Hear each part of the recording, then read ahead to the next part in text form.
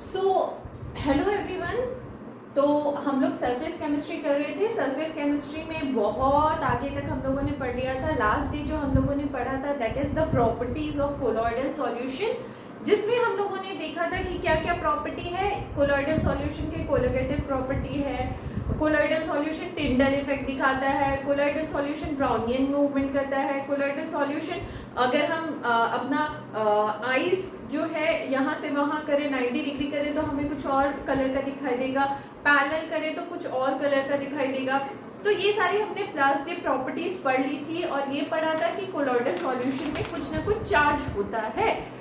Last day जब मैंने video खत्म किया था तब मैंने आप लोगों को बताया था कि नेक्स्ट वीडियो में जो मैं करने वाली हूँ वो करने वाली हूँ कि अगर ये कोलॉइडल सॉल्यूशन में ये चार्ज होता है हमने बहुत बार बोल लिया, बट ये चार्ज होता क्यों है एक्चुअली में, right? So today we will cover the topic कि रीजन क्या है भाई, रीजन ऑफ चार्ज।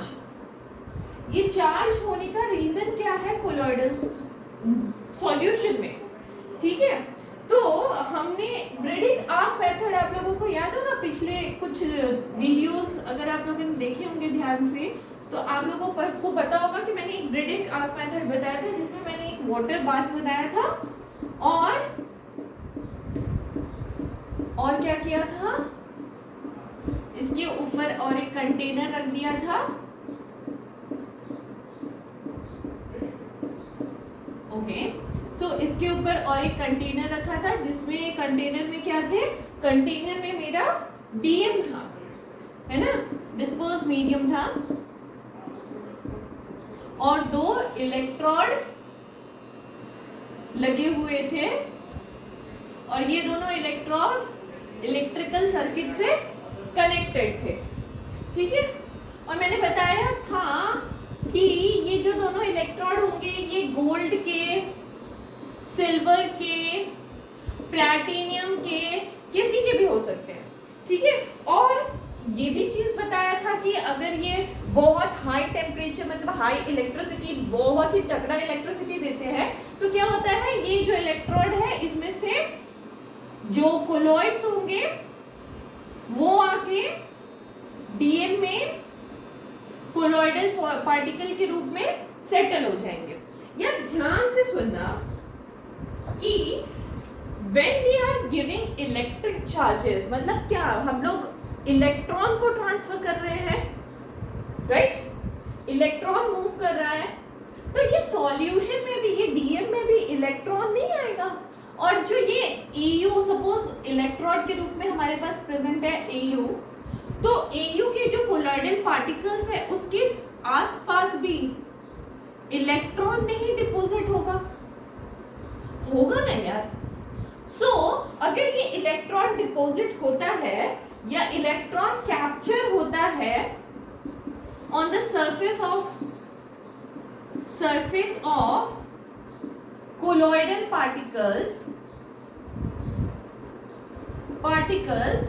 तो ये चार्ज हो जाते हैं, है ना? समझ आ रहा है? ओके, सो इस मेथड से एक्सप्लेन किया गया था कि how the charge is deposited on the colloidal particle, या रीजन क्या है चार्ज होने के। डन, समझ आ गया? ओके, अब इसको मिटा दिया जाए। ओके, सो रीजन बस यही था, चलो मिटा लेते हैं। Our next topic is preferential adsorption of ion. Preferential adsorption of ions, ठीक है? नेक्स्ट टॉपिक क्या है? प्रेफरेंशियल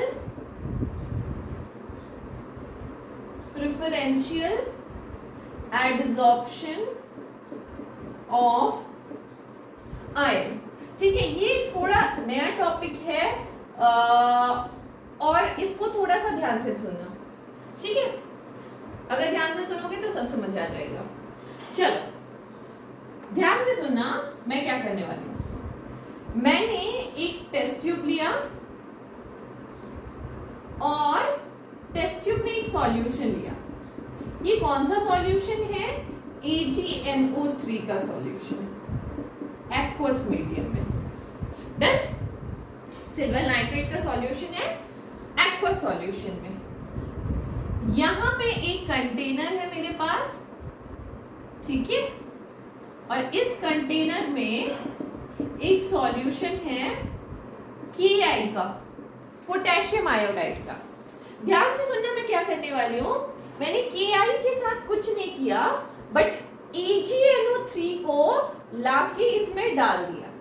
मैंने क्या किया, KI के साथ कुछ नहीं किया, बट AgNO3 को इसमें डाल दिया। सोचो क्या होगा, some reaction, of course some reaction. कैसा रिएक्शन होगा, ध्यान से देखो, जब AgNO3 KI का साथ रिएक्ट करेगा तो क्या हम ये नहीं बोल सकते कि AgI प्लस KNO3 बनेगा?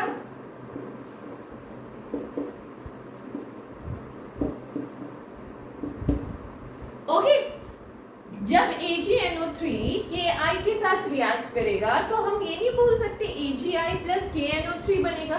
यही होगा ना रिएक्शन यार। जब ये रिएक्शन होगा तो हमको पता है ये क्या है, ये तो एक PPT है, ठीक है। जब ये PPT के रूप में AgI प्रेसिपिटेट के रूप में सेटल डाउन हो जाएगा तो क्या होगा, ध्यान से सुनना, प्रेफरेंशियल एडजॉर्प्शन होगा। प्रेफरेंशियल एडजॉर्प्शन किसका होगा, सपोज यहाँ पे हमारा फॉर्मेशन किसका हुआ है, AgI का। सॉल्यूशन में था क्या, KI, ठीक है। यहाँ पे क्या था, AgI, और सॉल्यूशन किसका था, KI का। जो मतलब जो कंपाउंड या एलिमेंट सेम होंगे, जैसे यहाँ पे आयोडाइन और आयोडीन सेम है, तो उस कंपाउंड का प्रेफरेंशियल एडजॉर्प्शन हो जाएगा on the surface of this PPT, on the surface of this PPT। अगर आप लोगों को याद होगा, this is nothing but the process of peptization, the process of peptization. Peptization यही था ना प्रोसेस ऑफ पेप्टाइजेशन का, जिससे हम कोलॉइडल पार्टिकल की साइज में कन्वर्ट कर देते थे। अब क्या हुआ, हम बोल सकते हैं कि ये जो कोलॉइडल पार्टिकल्स है, ये पार्टिकल्स हैं, this is negatively charge because of this iodine का, आयोडाइड का आयन की वजह से दिस इज नेगेटिवली चार्ज्ड, ठीक है। तो इस तरह प्रेफरेंशियल एडजॉर्प्शन करके हम बता सकते हैं एक कोलॉइड कैसे नेगेटिवली चार्ज्ड हो जाता है। अंडरस्टूड। इसको लिखने का तरीका ऐसे होता है, AgI स्लैश I माइनस, मतलब AgI पे I माइनस का प्रेफरेंशियल एडजॉर्प्शन हुआ है। अंडरस्टूड, ठीक है। This is the example number 1 which is given in your NCERT। अब ना हम थोड़ा सा चेंजेस करते हैं, यहाँ पे NCERT में और एक एग्जांपल दिया हुआ है। यहाँ पे हम कर लेते हैं KI, यहाँ पे हम कर लेते हैं KI, और यहाँ पे हम कर लेते हैं AgNO3। जस्ट मैंने उल्टा कर दिया। मैंने यहाँ पे एक टेस्ट ट्यूब में सॉल्यूशन लिया, थोड़ा सा अमाउंट ऑफ KI, और AgNO3 को मैंने ज्यादा अमाउंट, मतलब एक्सेस अमाउंट में ले लिया, ठीक है। रिएक्शन अपना सेम होना है, रिएक्शन में तो कोई अंतर नहीं है यार। AgNO3 वैसे भी KI के साथ ही रिएक्ट करेगा जाएगा, तो ठीक है। और प्रेसिपिटेट भी पढ़ना है AgI का ही, है ना। बट यहां पे ध्यान से देखना, प्रेफरेंशियल एडजॉर्प्शन किसका होगा, यहां पे ध्यान से देखना, प्रेफरेंशियल एडजॉर्प्शन किसका होगा। अब मैंने बोला था कि जो सेम एलिमेंट होंगे उनका प्रेफरेंशियल एडजॉर्प्शन होता है। यहाँ पे Ag और यहाँ पे Ag, तो प्रेफरेंशियल एड्सॉर्प्शन किसका होगा? Ag प्लस का, ठीक है। So now we can say that कि ये जो कोलॉइडल पार्टिकल है दिस इज पॉजिटिवली चार्ज्ड, ठीक है। और इसको हम लिखेंगे कैसे? AgI स्लैश Ag प्लस, मतलब AgI पे Ag प्लस का प्रेफरेंशियल एड्सॉर्प्शन हुआ है। This is the example number 2 which is given in your NCERT book. Done हो गया? नोट कर लो इतना, ठीक है। पॉज करके नोट कर लो। ओके, सो रब कर दिया जाए। ओके,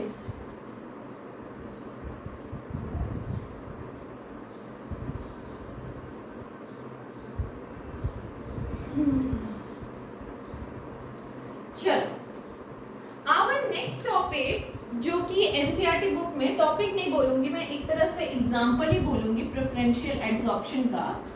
उसमें दिया हुआ है FeCl3 जब ऐड करेंगे टू एक्सेस हॉट वाटर में तो क्या होगा। और दूसरा बोला गया है कि FeCl3 जब एडेड होगा टू एक्वस NaOH में तब क्या होगा। यार इसको भी एक्सेस कर लेते हैं, ठीक है। So this is also a example which is given in your NCERT, जो कि प्रेफरेंशियल एड्सॉर्प्शन पे बेस्ड है, ठीक है।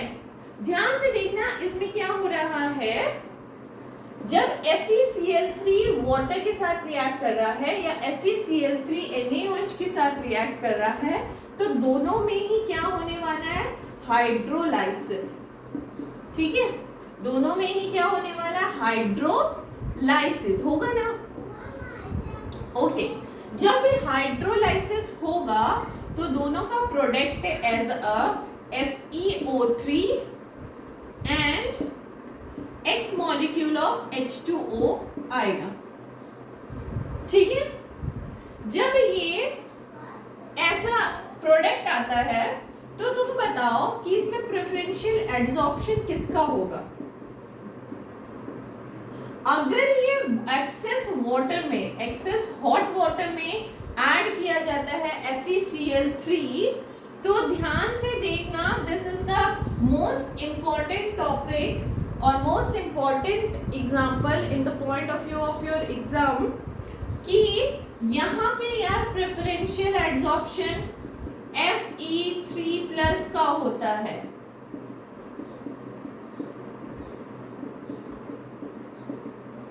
यहाँ पे प्रेफरेंशियल एड्सॉर्प्शन Fe3+ का होता है, ठीक है। और जब हम उसको बेस के साथ रिएक्ट करते हैं तो यहाँ पे प्रेफरेंशियल एड्सॉर्प्शन OH- का होता है।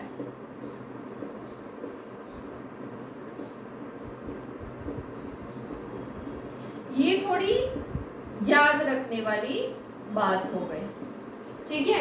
याद रखने वाली बात भी है और इम्पोर्टेंट भी है, ठीक है। क्वेश्चन कैसे आता है? क्वेश्चन इस टाइप से आता है कि जब FeCl3 एडेड होगा एक्सेस हॉट वाटर में तो इसका प्रोडक्ट क्या निकलेगा, जो कोलॉइड निकलेगा वो पॉजिटिवली चार्ज होगा कि नेगेटिवली चार्ज होगा। So you have to write, ये पॉजिटिवली चार्ज्ड होगा। ये थोड़ा सा रिमेम्बर करने वाली बात हो गई। और यहाँ पे जब एक्सेस NaOH की प्रेजेंस में होगा तो ये हो जाएगा नेगेटिवली चार्ज्ड, राइट, ठीक है। इतना नोट कर लीजिए, पॉज करके नोट कर लीजिए। हो गया? हो गया? मिटा लें? ओके, सो प्रेफरेंशियल एड्सॉर्प्शन अगर क्लियर हो गया है तो we will move for the next topic जो सिमिलर है प्रेफरेंशियल एडजॉर्प्शन से, that is electrical double layer. Electrical double layer, ठीक है। तो topic is like Helmholtz electrical double layer, ठीक है। Helmholtz electrical double layer. Helmholtz क्यों? बिकॉज ऑफ द साइंटिस्ट जिन्होंने ये थ्योरी एक्सप्लेन की थी, तो उनको ऑनर करते हुए उनका नाम पे रखा गया है हेलमेट्स इलेक्ट्रिकल डबल लेयर। वैसे हम लेमन लैंग्वेज में इलेक्ट्रिकल डबल लेयर भी बोल सकते हैं, ठीक है। अब ध्यान से देखना, जब मैंने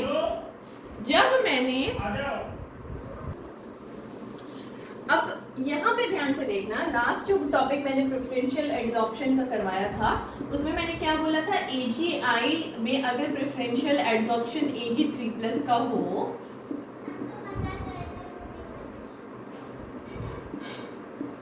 ठीक है, प्रेफरेंशियल एडजॉर्प्शन का हो,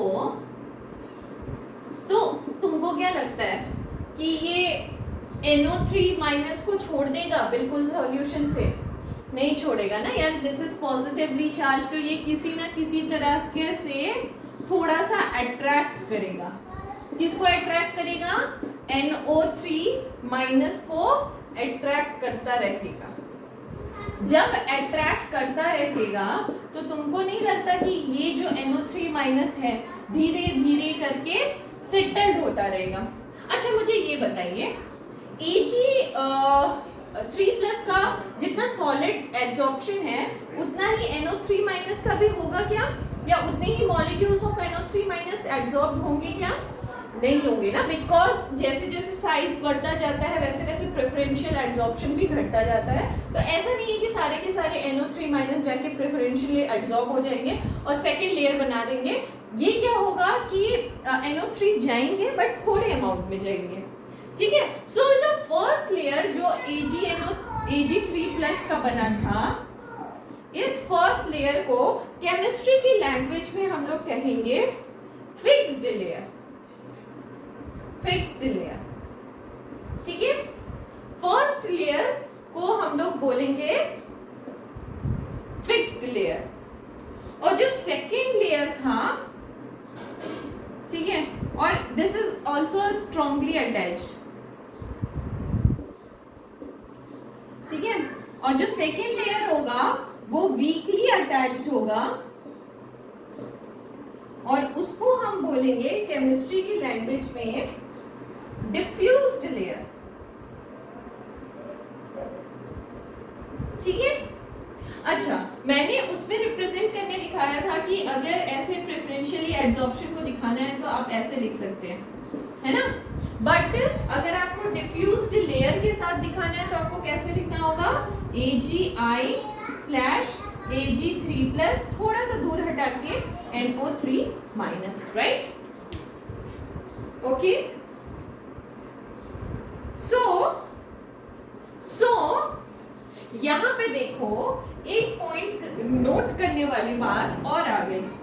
क्या नोट करने वाली बात है? यहाँ पे पॉजिटिवली चार्ज है, ये नेगेटिवली चार्ज है, तो तुम ये नहीं बोल सकते यहाँ पे एक पोटेंशियल डिफरेंस क्रिएट हो रहा है। एक पोटेंशियल डिफरेंस क्रिएट हो रहा है, ठीक है। इस पोटेंशियल डिफरेंस को हम क्या बोलेंगे? in the term of chemistry we will call it electrokinetic potential or zeta potential, ठीक है। एक बार और एक्सप्लेन कर दूं क्या? ये जो पॉजिटिव और नेगेटिव आयंस का डिपोजिशन हो रहा है तो इसकी वजह से एक पोटेंशियल डिफरेंस क्रिएट होगा, ठीक है। इस पोटेंशियल डिफरेंस को हम बोलेंगे electrokinetic potential or zeta potential in the terms of chemistry. Done? This much is over. ठीक है, तो इसी तरीके से हम इलेक्ट्रिसिटी के अगर हेल्प से डिपोजिशन ऑफ लेयर करते हैं, एक पीपीटी के ऊपर दूसरा लेयर का डिपोजिशन, तीसरा लेयर का डिपोजिशन, तो उसको हम हेल्मंट्स इलेक्ट्रिकल डबल लेयर कहते हैं. डन? पॉज करके इसको भी नोट कर ले. ठीक है, हो गया, आगे बढ़ा जाए. Okay, so our next topic is electrophoresis.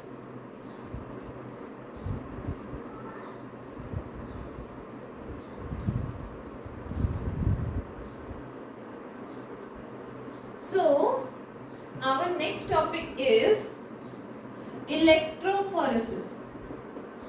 Electrophoresis. अभी तक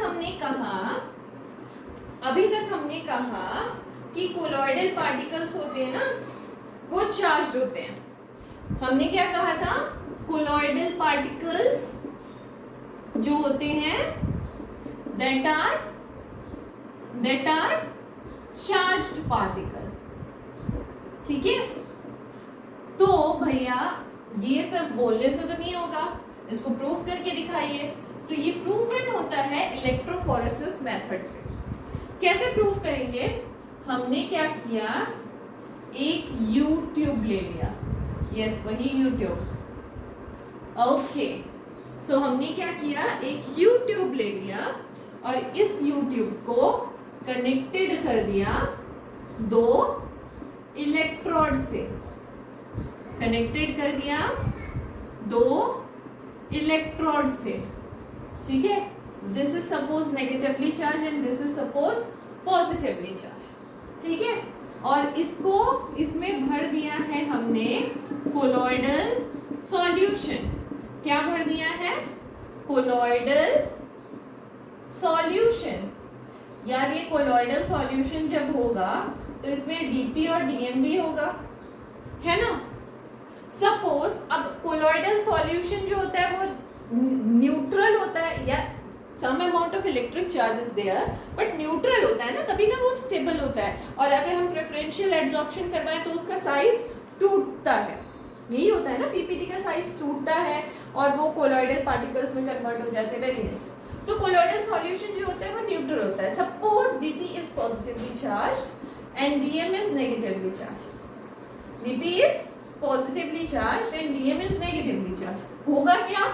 DM is going to attracted by this positive charge and dp is going to attracted by this negative charge because dp is negative, तो वो positive, तो वो move करेगा negative की तरफ. dm is negative, तो वो मूव करेगा पॉजिटिव की तरफ. जब दोनों अलग अलग पार्टिकल्स, कोलॉइडल पार्टिकल्स अलग अलग मूव करके अलग अलग इलेक्ट्रोड में सेटल हो जाएंगे. ठीक है, तो ये हम बता सकते हैं कि भैया इसके अंदर दो अलग अलग चार्ज्ड पार्टिकल थे जो बिकॉज ऑफ इलेक्ट्रिसिटी वो दोनों अलग हो गए, है ना. सो हम कह सकते हैं कि movement of colloidal particle move towards electric field, this process is known as electro